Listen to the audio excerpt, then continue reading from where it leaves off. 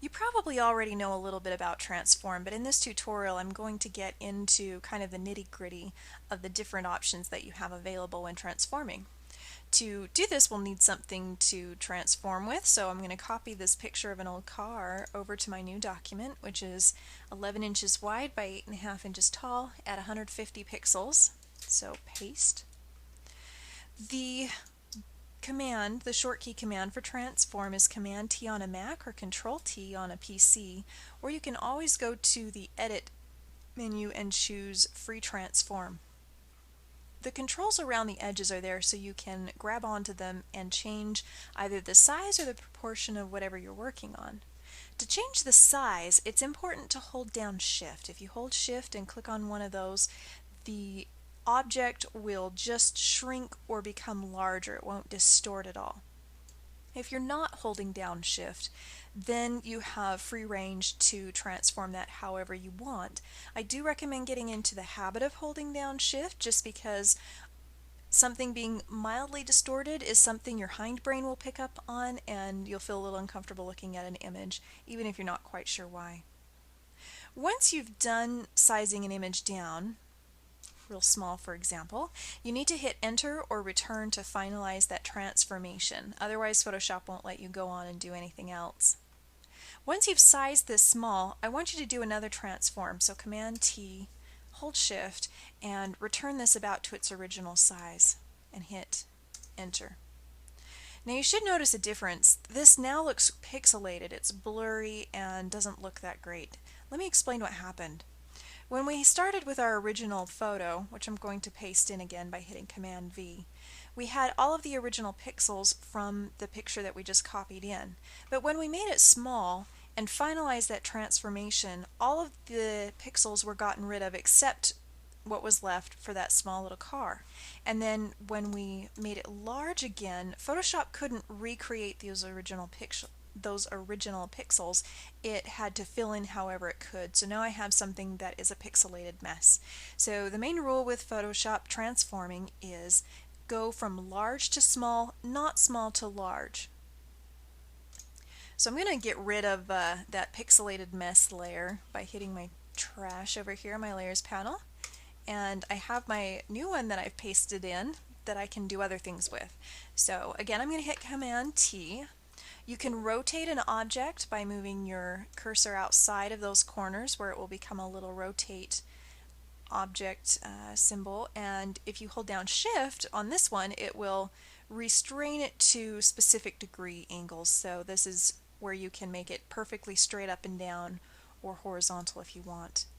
The area that it is rotating around is the center pivot point, which is the little crosshairs in the middle of the box.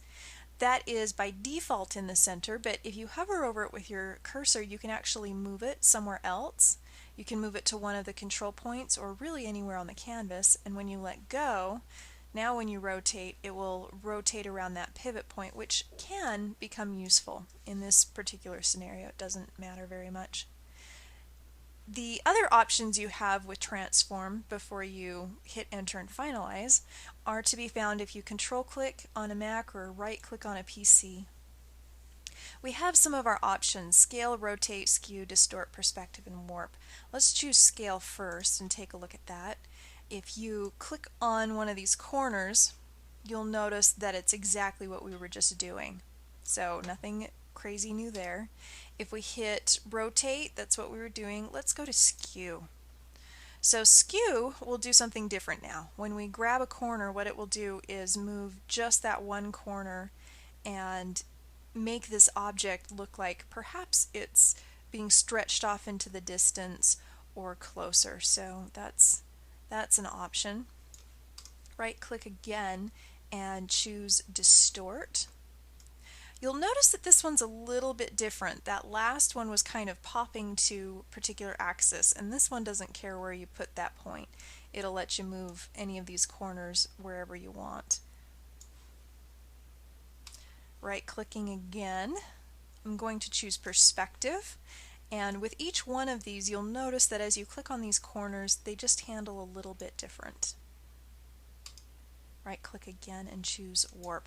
Now warp is the fun one, I think, and it came along, I don't know, I want to say version CS5, but I could be wrong. It applies a grid over everything, and then you can move points very, oh, what was I going to say?